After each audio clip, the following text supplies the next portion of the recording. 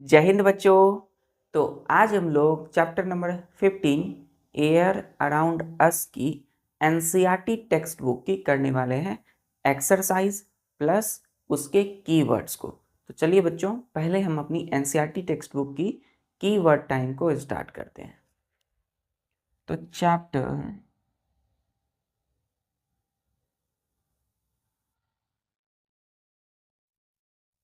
15 air around us, air around us, NCERT,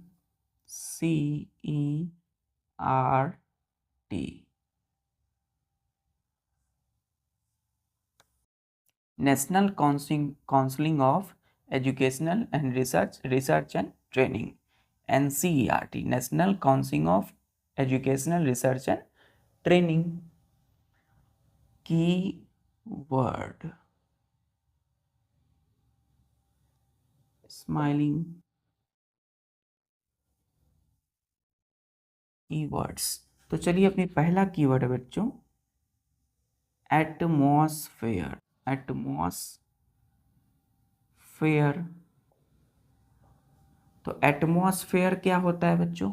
हमने पढ़ा है the thin layer of air, या इसको हम क्या बोल सकते हैं, इनवेलप।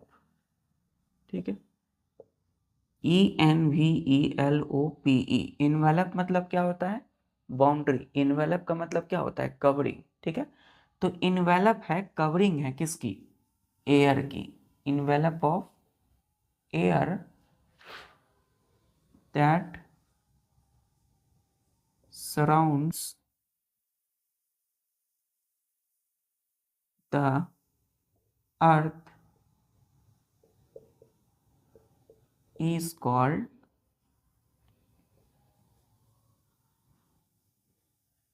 एटमॉस्फेयर।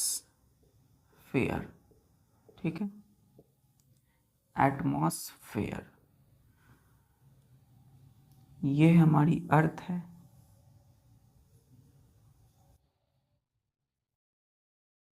इसके चारों तरफ ये जो थिन लेयर है एयर की, ये क्या है बच्चों?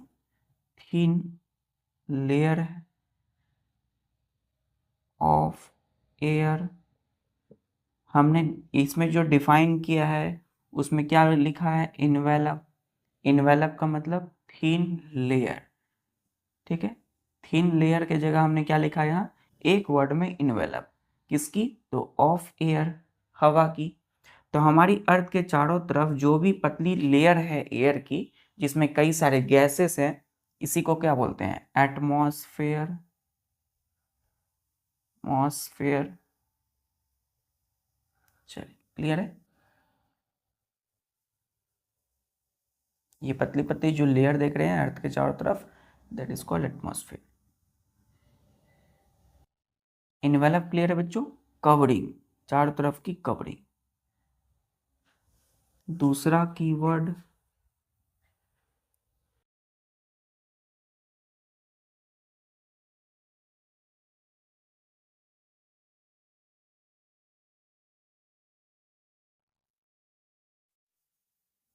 ए के बाद है सी, कार्बन डाइऑक्साइड। डाइऑक्साइड क्या है? इसको डिफाइन करना है, लिखेंगे the colourless and odourless gas off air is called carbon dioxide।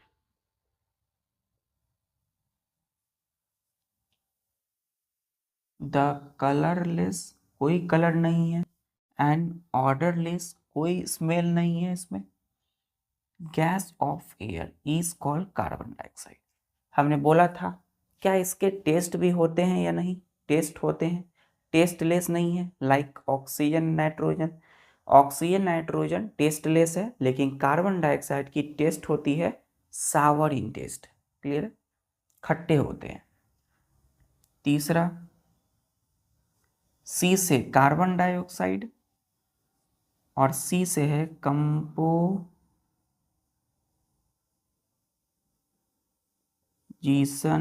Of air. क्या होते हैं? तो लिखेंगे कंपोजिशन, या ऐसे लिखेंगे the components of air is called composition of air। ठीक, the components of air. Air में जितने भी कंपोनेंट है, कोई भी gas, oxygen, nitrogen, carbon dioxide, water vapour, dust and smoke, सारी चीजें के कंपोनेंट को हमने क्या बोला? Composition of air. क्लियर है?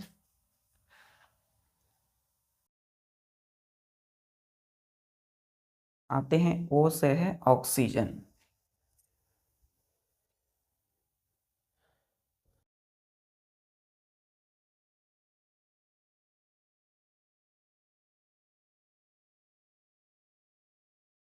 क्या है बच्चों? फिर चौथा, ओ से oxygen. The colourless, tasteless and odorless gas is called oxygen. ठीक है, इट्स कॉल्ड ऑक्सीजन।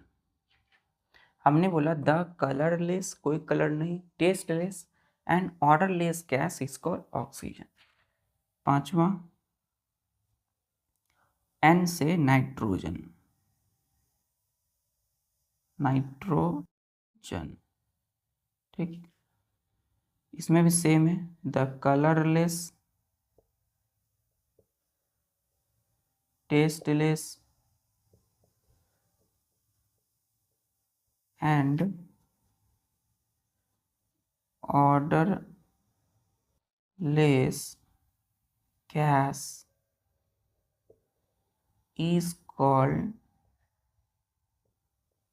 नाइट्रोजन।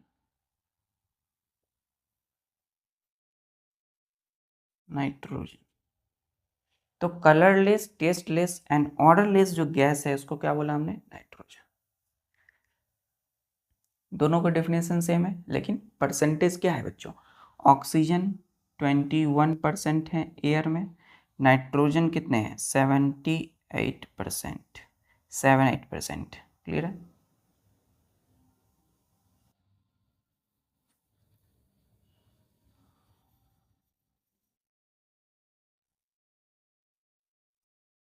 फिर आते हैं अपने सिक्स्थ कीवर्ड पे।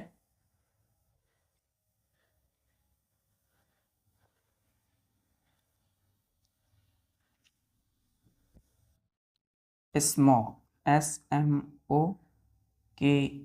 स्मॉग क्या होता है? तो smog consists of FINE, fine, एकदम महीन, डस्ट पार्टिकल्स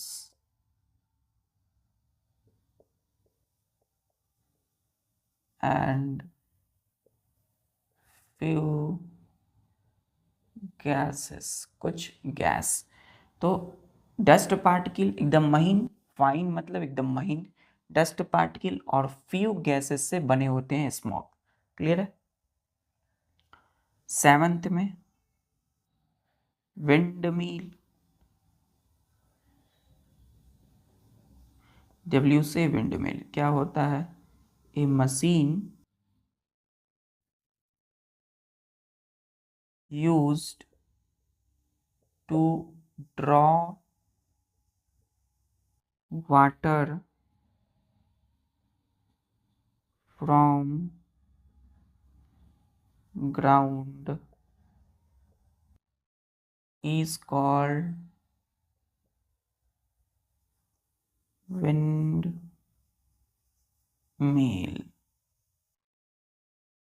विंडमिल, क्लियर है। तो विंडमिल एक मशीन है बच्चों, एक डिवाइस है, यूज्ड टू ड्रॉ मतलब खींचना, water from ground is called windmill. तो ग्राउंड मतलब जमीन से पानी को खींचते हैं जो जिस मशीन से, उसको हमने क्या बोला? विंडमिल। ठीक है। तो विंडमिल एक मशीन है जिसका इस्तेमाल किया जाता है, यूज़ किया जाता है ग्राउंड से वाटर को खींचने में, है ना। जमीन से मतलब कुएं के जो पानी होते हैं बहुत अंदर, पानी यानी जमीन के अंदर में कुएं बने होते हैं, उनसे पानी निकालने के लिए भी किया जाता है, या कई सारी और चीज़ें। तो जमीन के अंदर वाली जो पानी है उसको बाहर निकालने के लिए हम किसका इस्तेमाल कर सकते हैं? विंड मिल का। पहले इसी का इस्तेमाल करते थे बच्चों ट्रेडिशनली, आजकल इलेक्ट्रिसिटी जनरेट करने के लिए इसका इस्तेमाल करते हैं। क्लियर है। बिजली बनाने के लिए विंड मिल इस्तेमाल करते हैं। यहाँ तक क्लियर है बच्चों? चलिए अब आते हैं, हम लोग करेंगे एक्सरसाइज, इस चैप्टर की एक्सरसाइज को।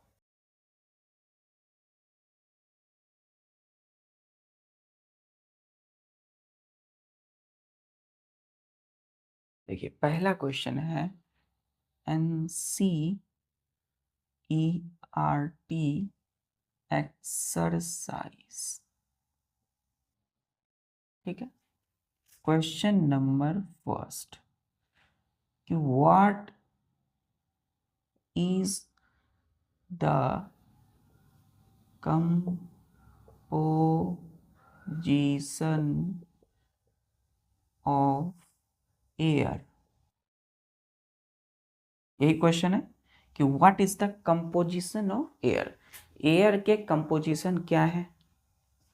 आंसर में देंगे बच्चों कि composition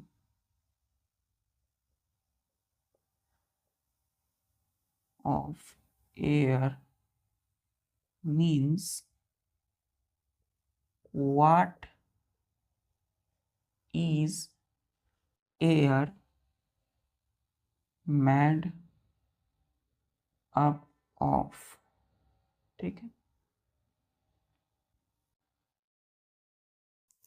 composition of air means what is air made up of। composition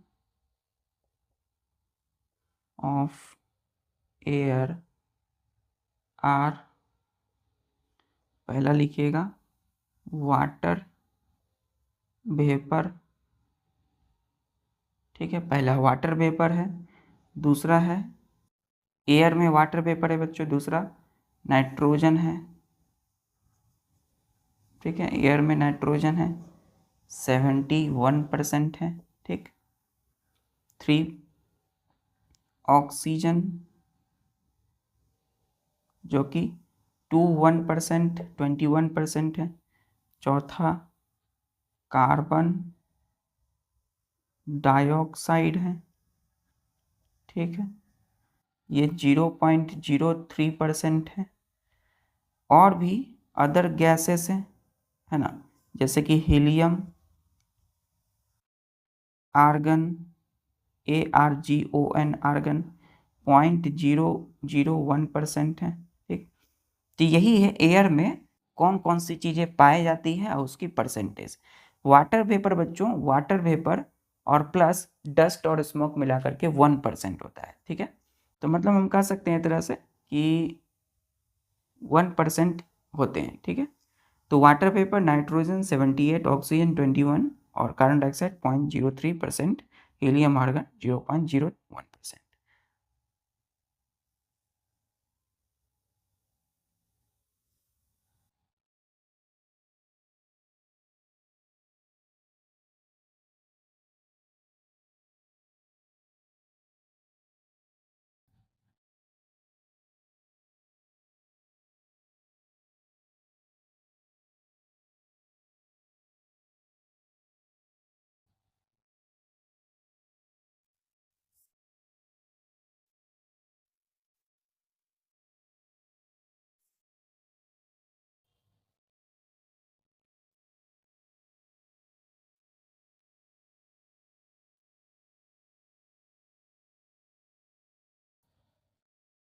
ये क्या बच्चों, ऑक्सीजन है इसमें, ठीक है, 21%।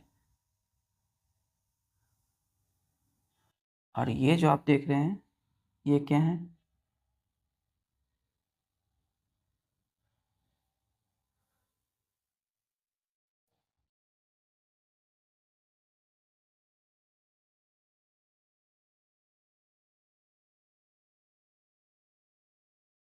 नाइट्रोजन, ठीक है, 78, क्या है यहाँ 78%। तो 78% नाइट्रोजन, ऑक्सीजन 21%, यही दोनों मिला करके एयर की 99% बना देती है, ठीक है। सबसे ज़्यादा नाइट्रोजन, फिर ऑक्सीजन। तो इसकी आंसर यही है, कंपोजिशन ऑफ एयर। क्लियर है बच्चों? कंपोजिशन ऑफ एयर मतलब कि एयर किस चीज से बनी है, what is air made up of, है ना, किस चीज से बनी है, तो इन सब चीजों से बनी है, ठीक है। चलो दूसरा क्वेश्चन देखते हैं।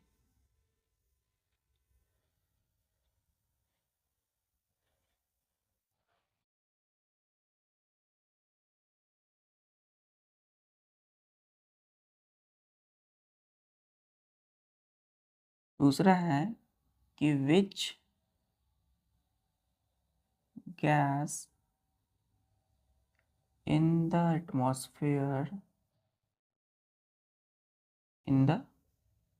Atmosphere is essential for respiration, ठीक है। कौन सी गैस एटमॉस्फेयर में एसेंशियल है, आवश्यक है, महत्वपूर्ण है फॉर रेस्पायरेशन करने के लिए। तो हम सभी रेस्पायरेशन करते हैं, ठीक है। देखिए कोई भी क्वेश्चन है बच्चों, तो सबसे पहले उसे अच्छे से लिखना है, समझना है, देखना है, नहीं लिखते हैं तो देखना है, ठीक है। मतलब कहीं भी आप देखिए, कोई भी क्वेश्चन हो, ठीक है, चाहे वो किसी भी सब्जेक्ट का हो, देखने के बाद उसे समझना है, नहीं आ रही है तो फिर समझने का प्रयास करना है, तो उसके बाद आप उसका आंसर अच्छे से दे सकोगे, ठीक है। तो रिस्पायरेशन मतलब कि ऑक्सीजन और फूड जो हम खाते हैं वो ऑक्सीजन के साथ मिल करके टूटेंगे और हमें एनर्जी प्रोवाइड करेंगे, कार्बन डाइऑक्साइड, वाटर निकलेंगे। तो कौन सी गैस, अभी हमने बोला ना ऑक्सीजन के साथ फूड कंबाइन करके टूटेंगे, तो ऑक्सीजन गैस। तो ये लिखेंगे यहाँ पे आंसर में, oxygen gas in the atmosphere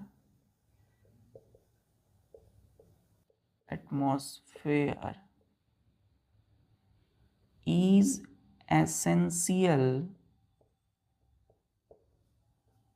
for respiration, ठीक है। ये रहा बच्चों ऑक्सीजन, ठीक है, प्लस जो हमने खाया फूड, खाना खाया, तो ऑक्सीजन और फूड दोनों मिलेंगे, जुड़ेंगे एक दूसरे से, कंबाइन करके टूट जाएंगे, फूड को तोड़ेंगे और कार्बन डाइऑक्साइड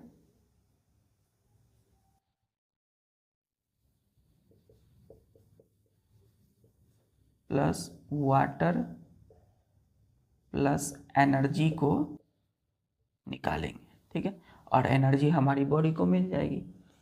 तो इस फूड को जो हमने खाया है उसे तोड़ने के लिए कौन सी गैस चाहिए, ऑक्सीजन, तो इसीलिए oxygen is essential for respiration.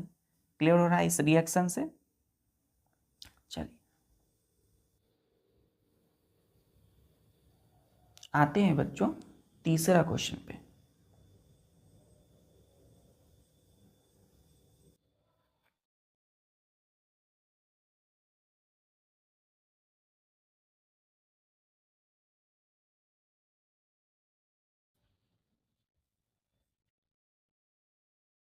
तीसरा क्वेश्चन है कि हाउ विल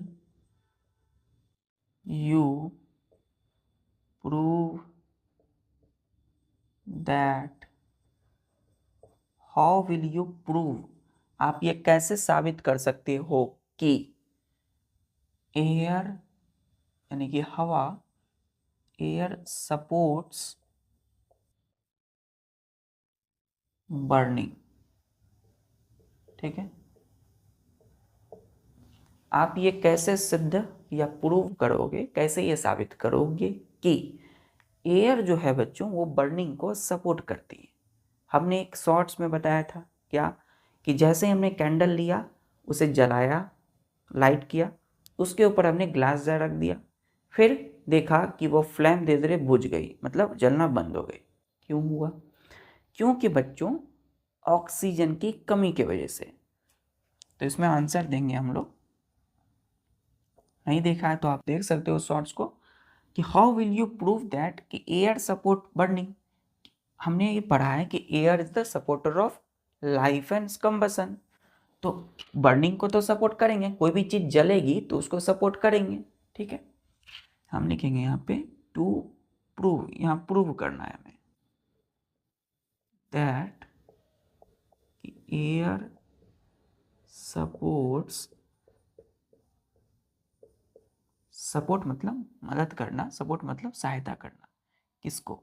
बर्निंग, किसी भी चीज के जलने में।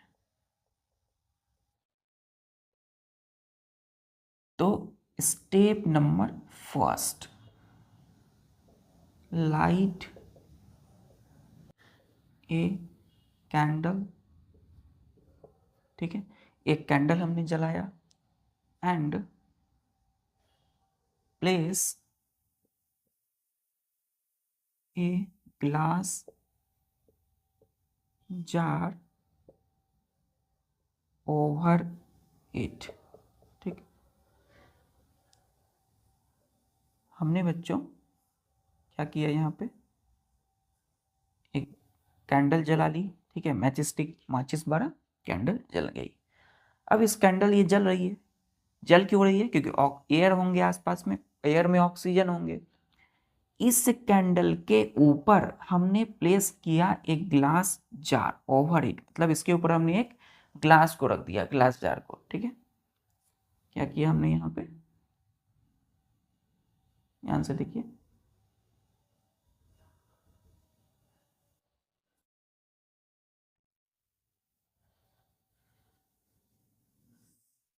जैसे ही इसके ऊपर हमने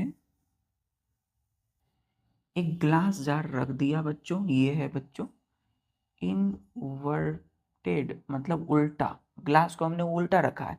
ये साइंस लेबोरेटरी में इस तरह के ग्लास जार मिलते हैं। आपको लगता होगा सर ये इस तरह से बना हुआ है स्ट्रक्चर में, तो ये कहाँ मिलेंगे? ये साइंस लेबोरेटरी में मिलेंगे। आप सिंपल एक ग्लास को भी रख सकते हो, तो देखोगे जब हम ग्लास जार को रख देते हैं, देन कैंडल स्टॉप्स बर्निंग। ठीक है, क्यों हुआ? क्योंकि जैसे ही हमने इसको झाँप दिया, इसको कवर कर दिया, तो इसके अंदर की जो इसे बाहर में ऑक्सीजन भर भर के मिल रहा था, एयर, अब वो क्या होगा, एयर अंदर में लिमिटेड हो गया। अब जब ये पूरा एयर ये जलती हुई मोमबत्ती यूज कर लेगी जलने में, तो इसके अंदर से जब एयर खत्म हो जाएगा बच्चों, ऑक्सीजन, तो ये जलना बंद हो जाएगी।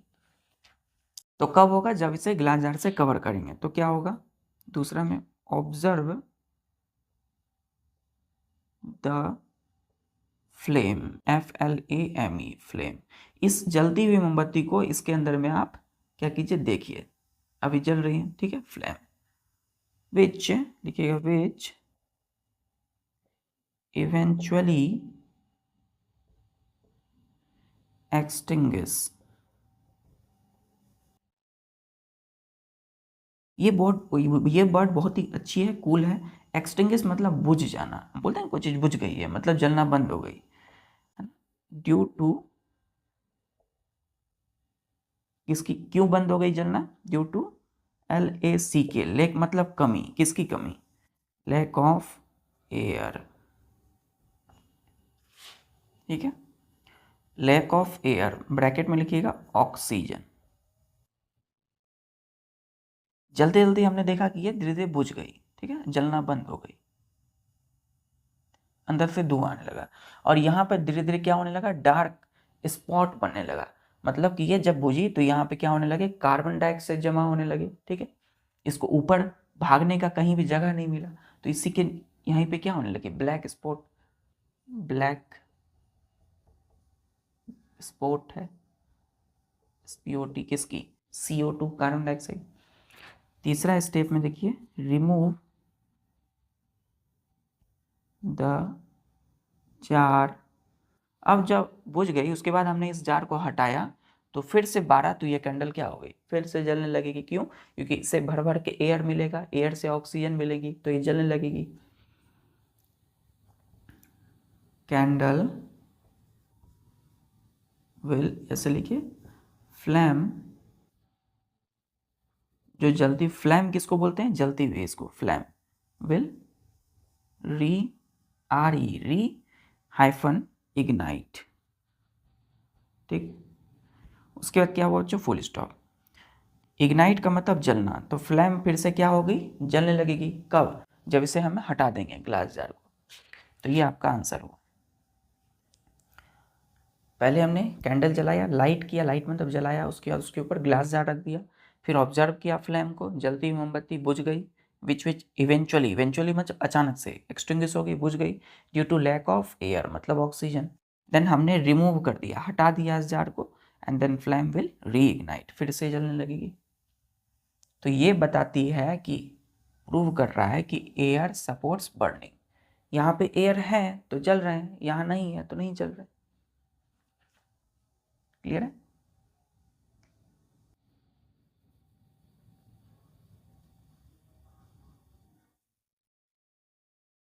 क्लियर है बच्चों? चौथा,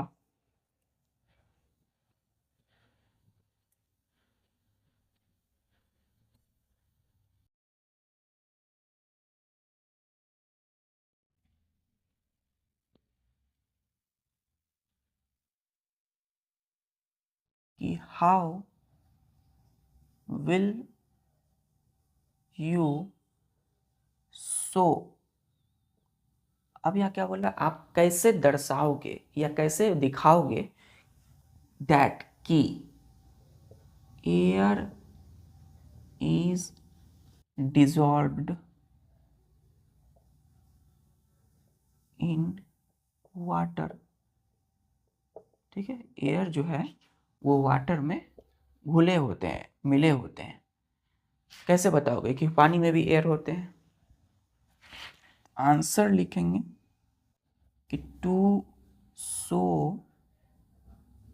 दैट कि एयर इज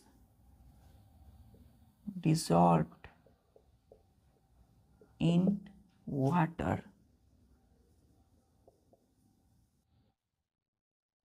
फर्स्ट स्टेप है इसमें, क्या है? Take a beaker with water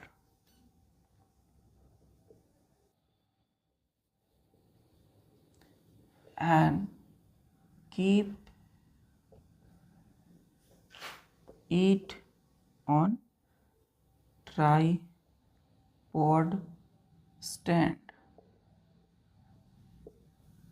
हमें एक टेक लेना है, बीकर लेना है, ठीक है, एक कोई भी गिलास लेना है, वाटर के साथ कोई बर्तन लेना है जिसमें पानी ले लिया हमने, देन कीप रखना है उसे ऑन ट्राइपॉड स्टैंड पर।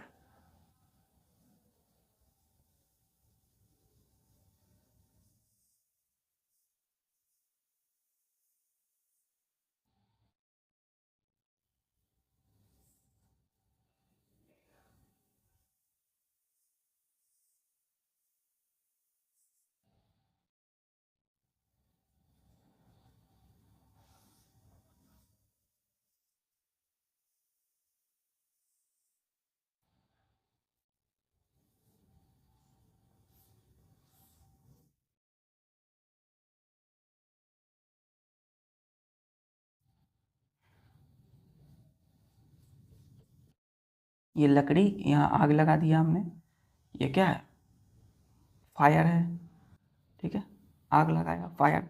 आप इसे गैस पर भी कर सकते हो, किसी भी चीज़ पर कर सकते हो, ठीक है। बस ये बीकर को, पानी भरे बीकर को हमने क्या करना है, थोड़ा हीट देना है, ठीक है, हीट देना है।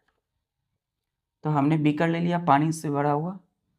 तो हमने जब इसको थोड़ा बहुत हीट किया तो देखा इसमें, इस बीकर के अंदर में छोटे छोटे बबल आने लगे, मतलब बुलबुले, ठीक है, पानी के अंदर में बुलबुले होने लगे, एयर बबल्स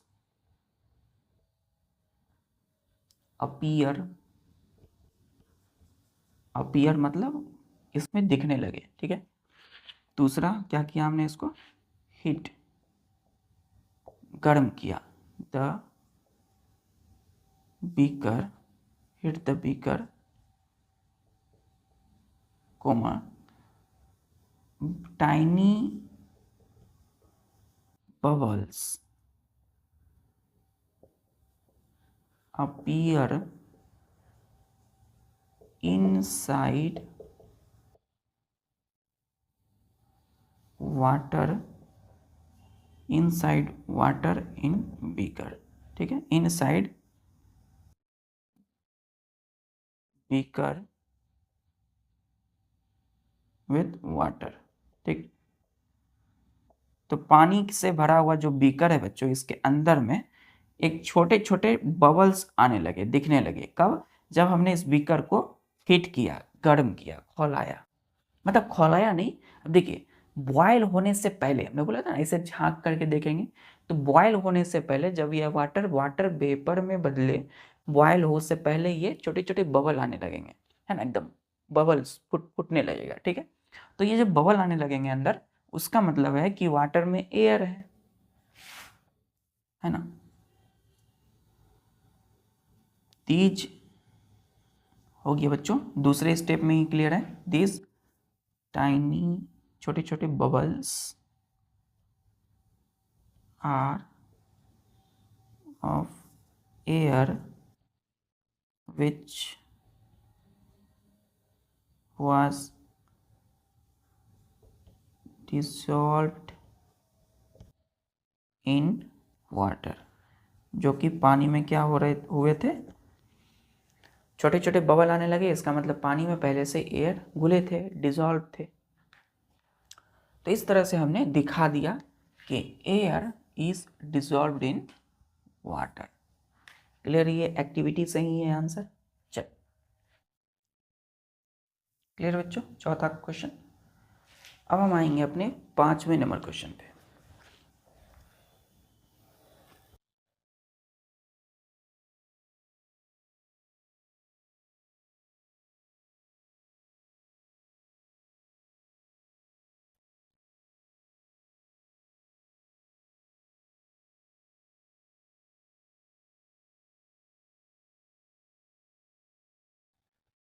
पांचवा नंबर क्वेश्चन है कि why does a lump, lump का मतलब क्या होता है, लंप मतलब एक गुच्छा, है ना, एक कई सारी चीज जब एक साथ हो जाए, लंप मतलब ग्रुप में, समूह में, लंप गुच्छा, लंप ऑफ कॉटन ऊल, ठीक है, श्रिंक, SHRINK, श्रिंक मतलब सिकुड़ जाना, किसमें, in water.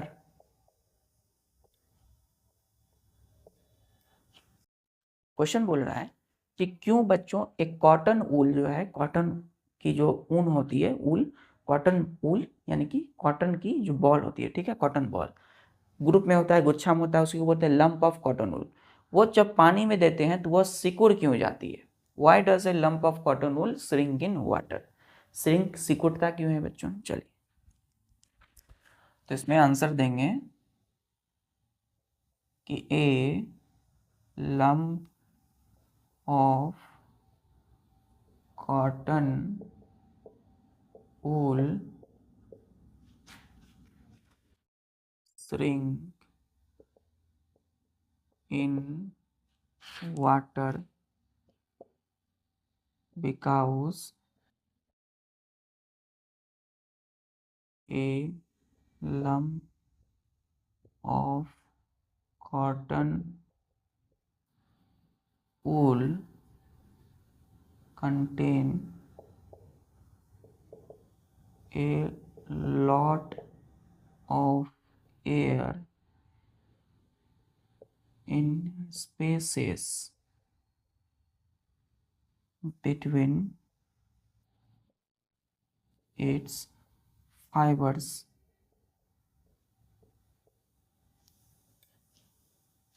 due to which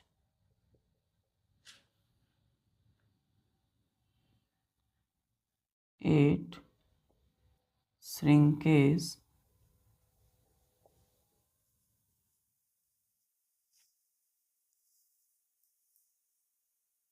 in water। ठीक है, फुल स्टॉप। हमने बोला जैसे कि ये लंप है, गुच्छा है बच्चों, एक कॉटन वूल की, ठीक है, कोई भी ऊन का, कोई भी ऊन का है, ऊन है बच्चों, ये है ना, ये लंप है ऑफ कॉटन वूल है, ठीक है। एक रुई ही ले लीजिए कॉटन की, ठीक है, कॉटन वूल को। तो इसको जब आप एक एक बच्चों, एक हमने बीकर लिया, ठीक है, इस पानी में, इस बीकर में हमने जैसे ही इस ऊन को डाल दिया, इस गुच्छे को डाला, तो ये धीरे धीरे क्या होगी बच्चों, सिकुड़ जाएगी, ठीक है, धीरे धीरे क्या होगी, एकदम एकदम सिकुड़ जाएगी, एकदम पतली। जैसे कि आप देखते हैं कोई भी रुई को आप लेते हैं, रुई गुच्छा, उसको पानी में जैसे डुबोएंगे तो क्या होगा, एकदम पतला हो जाएगा, इतना से इतना हो जाएगा बच्चों। क्यों हो जाएगी? क्योंकि lump of cotton wool shrink in water because a lump of cotton wool, ये जो है contain a lot of air, इसके अंदर में बहुत सारा एयर भरा होता है, ठीक है, इन स्पेसेस बिटवीन इट्स फाइबर्स। तो ऊल, कॉटन वूल क्या है बच्चों, एक तरह की फाइबर है, काइंड ऑफ फाइबर है ना, एक नेचुरल फाइबर। तो इसके अंदर, इसके फाइबर के बीच में स्पेस होते हैं, जगह, उसमें एयर भरे होते हैं। तो जैसे ही हम इसको पानी में डालेंगे, ड्यू टू विच, जिसकी वजह से क्या होगा, इट श्रिंकेज इन वाटर, पानी में श्रिंक, सिकुड़ जाएंगे। क्लियर है?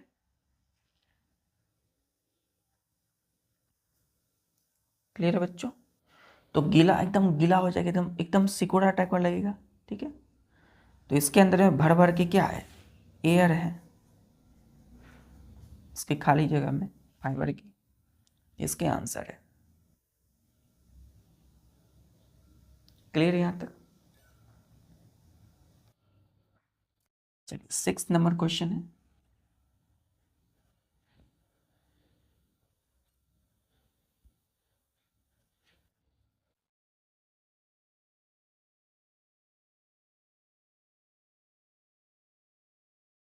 सिक्स नंबर में है कि the layer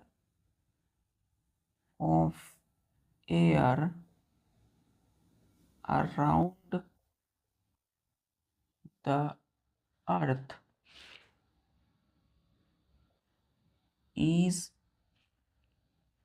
known as blank। आप ही बताओ कि एयर की जो लेयर है अराउंड द अर्थ, अर्थ के चारों तरफ, ये हमारी अर्थ, इसके चारों तरफ पतली पतली लेयर, अभी हमने पढ़ा, इसको क्या बोलेंगे, atmosphere. Atmosphere,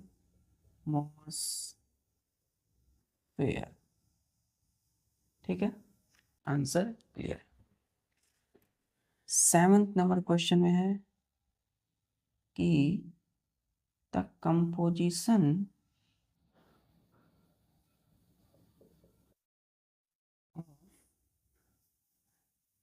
air used by green plants to make, चलिए, ग्रीन प्लांट्स इज ब्लैंक। तो एयर के कौन सी कंपोजिशन जो है, कंपोजिशन ऑफ एयर की कौन सी गैस, ठीक है, कौन सी गैस ग्रीन प्लांट के द्वारा यूज किया जाता है फूड बनाने के लिए, ठीक है।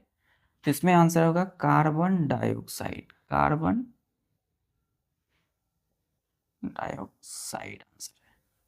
ठीक है बच्चों, कार्बन डाइऑक्साइड। क्लियर है यहाँ तक? चलिए इसको मैं मिटा देता हूँ, इसको फुल लिखता हूँ। Plants to make their food. ठीक, खाना बनाने के लिए हरे भरे प्लांट कार्बन डाइऑक्साइड का यूज करते हैं, हमने पढ़ा। चलिए 8वां बच्चों, यहाँ तक नोट कर लिया, atmosphere, carbon dioxide.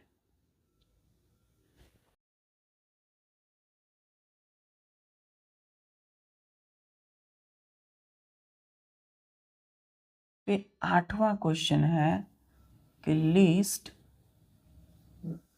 List list बनाना है बच्चों हमें 5 एक्टिविटीज दैट आर पॉसिबल, जो कि पॉसिबल है, संभव है। एक्टिविटी मतलब कोई भी काम, क्रियाकलाप। Due to presence of air. ठीक है, तो एयर के प्रेजेंस, एयर है हमारे चारों तरफ, तो एयर के प्रेजेंस में ऐसे हमें 5 एक्टिविटी को बताना है जो कि पॉसिबल है, जो हो सकते हैं। आंसर में लिखेंगे कि 5 there are 5 activities that are possible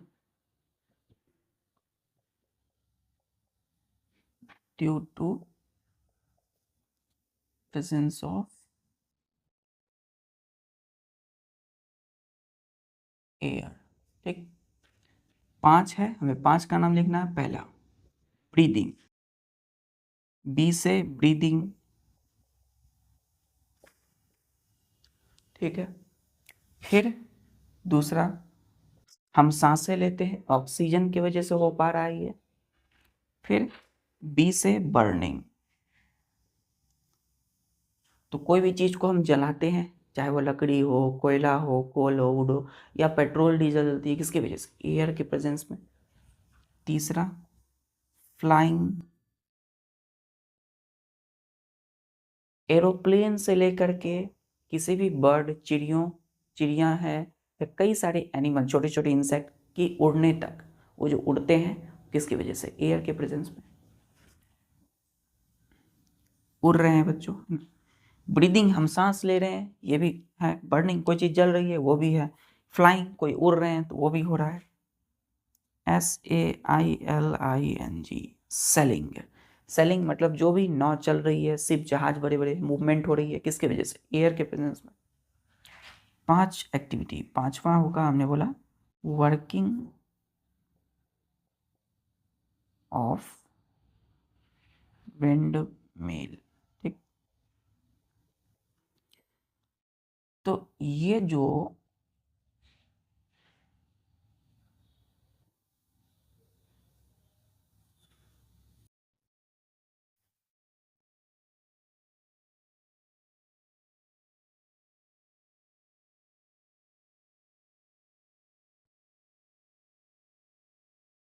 आप देख रहे हैं,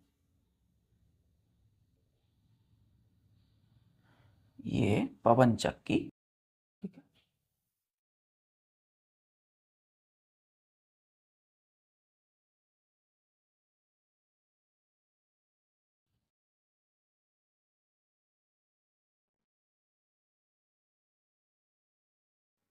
ठीक है, तो इसको हम ब्लेड बोलते हैं।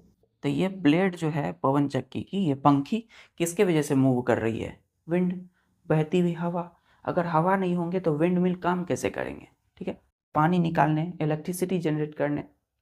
तो ब्रीदिंग, बी से बर्निंग, एफ से फ्लाइंग, एस से selling, W working of wind mill, यानी विंड मिल का काम करना। यहाँ तक क्लियर है?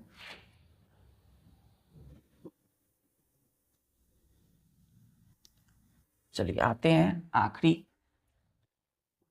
इसको छोटा सा बना सकते हो दिखाने के लिए बच्चों, क्योंकि क्या है कि डायग्राम जब बनाते हैं किसी चीज़ का अच्छे से समझ लेते हैं तो और बेटर हो जाता है आंसर। ठीक है, आंसर और क्या हो जाता है, बहुत बेहतरीन होता है।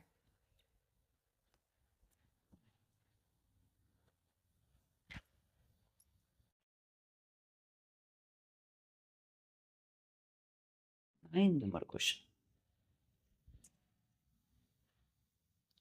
why do plants, ये ऐसे लिखेंगे हाउ, हाउ मतलब कैसे, how do plants and animals help each other in the exchange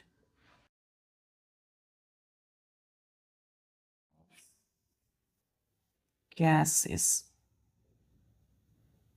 in the atmosphere।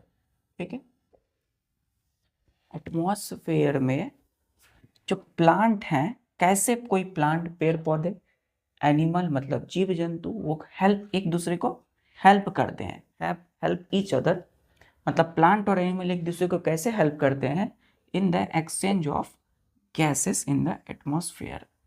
तो एटमॉस्फेयर में गैस है, ऑक्सीजन है, कार्बन डाइऑक्साइड है, तो उसकी एक्सचेंज में वो एक दूसरे को कैसे मदद करते हैं। आंसर में लिखेंगे, हमने पढ़ा है कि plants produce oxygen in air through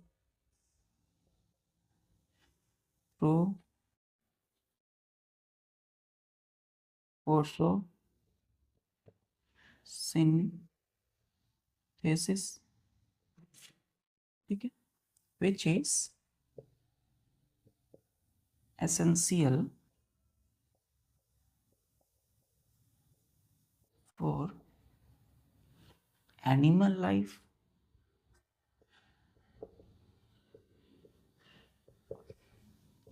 animal life. तो प्लांट जो ऑक्सीजन को प्रोड्यूस कर रहे हैं, ठीक है, एयर में थ्रू फोटोसिंथेसिस, फोटोसिंथेसिस के जरिए, which is essential for animal life. हम इंसान, मानव, जितनी भी जानवर, उन सब के लिए जरूरत है, सांसें हम ले रहे हैं, ब्रीथ करने के लिए ऑक्सीजन चाहिए। चलिए, और उल्टा एनिमल, हम लोग क्या दे रहे हैं प्लांट को, तो प्लांट ने तो मदद किया, ऑक्सीजन दिया। अब लिखिएगा कि animals release carbon side which is essential for plant life। So plants and animals help each other in the exchange of gases in atmosphere। Full stop.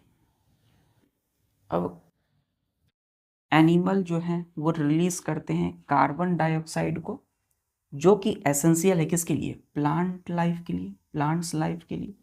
ठीक है, एनिमल्स लाइफ लगा लीजिएगा, एपोस्ट्रॉफी एस, एपोस्ट्रॉफी एस।